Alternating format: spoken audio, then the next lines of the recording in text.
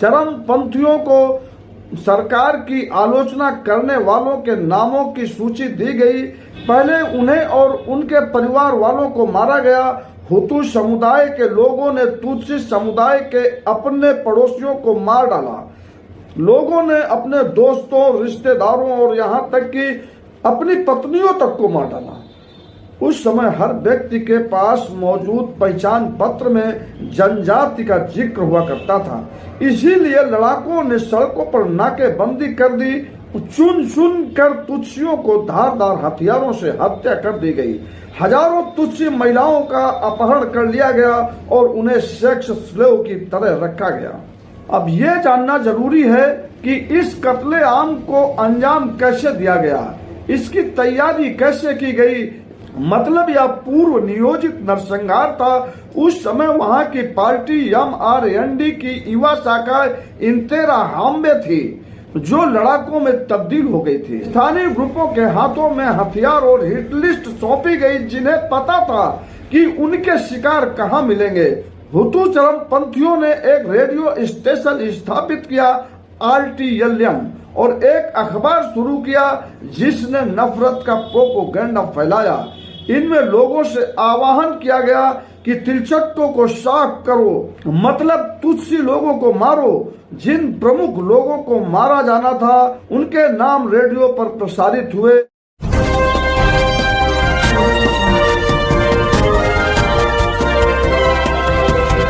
साथियों नमस्कार, हालचाल इंडिया से मैं राजेश सिंह।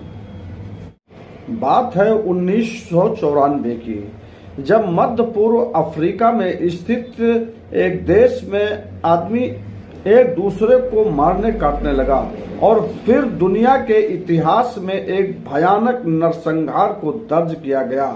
आइए जानते हैं दरअसल हुआ क्या था। रुवांडा रेडियो से आवाज आई, तिलचट्टों को साफ करो, और फिर शुरू हुआ नरसंहार जो 100 दिनों तक चला और लगभग 8 लाख लोग मारे गए। इस नरसंहार में हुतू जनजाति से जुड़े चरमपंथियों, अल्पसंख्यक तुत्सी समुदाय के लोगों, उदारवादियों और अपने राजनीतिक विरोधियों को निशाना बनाया। रवांडा की कुल आबादी में हुतू समुदाय का हिस्सा 85% है, लेकिन लंबे समय से तुत्सी अल्पसंख्यकों का देश पर दबदबा रहा था। साल 1959 में हुतू ने तुत्सी राजतंत्र को उखाड़ फेंका। इसके बाद हजारों तुत्सी लोग अपनी जान बचाकर युगांडा समेत दूसरे पड़ोसी देशों में भाग गए। इसके बाद एक निष्कासित तुत्सी समूह ने रुवांडा पैट्रियाटिक फ्रंट RPF नाम से संगठन बनाया, जो 1990 के दशक में रुवांडा आया और संघर्ष शुरू हुआ और 1993 में शांति समझौते के साथ ही खत्म हुआ। लेकिन 6 अप्रैल 1994 की रात तत्कालीन राष्ट्रपति जुवेनल हाब्यारिमाना और बुरुंडी के राष्ट्रपति के परिमल नतारयामिरा को ले जा रहे विमान को किगली रवांडा में गिराया गया, जिसमें सवार सभी लोग मारे गए। यह जहाज किसने गिराया था, इसका फैसला आज तक नहीं हो पाया। कुछ लोग इसे हुतू चरमपंथियों की साजिश बताते हैं और कुछ लोग RPF को जिम्मेदार मानते हैं। मारे गए दोनों नेता हुतू जनजाति से आते थे, इसीलिए इनकी हत्या के लिए हुतू चरमपंथियों ने RPF को जिम्मेदार ठहराया और इसके तुरंत बाद हत्याओं का सिलसिला शुरू हो गया। RPF ने आरोप लगाया कि विमान को हुतू चरमपंथियों ने ही मार गिराया ताकि नरसंहार का बहाना मिल सके। इस नरसंहार की साजिश पहले से ही रची जा चुकी थी। चरमपंथियों को सरकार की आलोचना करने वालों के नामों की सूची दी गई। पहले उन्हें और उनके परिवार वालों को मारा गया। हुतू समुदाय के लोगों ने तुत्सी समुदाय के अपने पड़ोसियों को मार डाला। लोगों ने अपने दोस्तों, रिश्तेदारों और यहाँ तक कि अपनी पत्नियों तक को मार डाला। उस समय हर व्यक्ति के पास मौजूद पहचान पत्र में जनजाति का जिक्र हुआ करता था। इसीलिए लड़ाकों ने सड़कों पर नाकेबंदी कर दी। चुन चुन कर तुत्सियों को धारदार हथियारों से हत्या कर दी गई। हजारों तुत्सी महिलाओं का अपहरण कर लिया गया और उन्हें सेक्स स्लेव की तरह रखा गया। अब ये जानना जरूरी है कि इस कत्लेआम को अंजाम कैसे दिया गया, इसकी तैयारी कैसे की गई।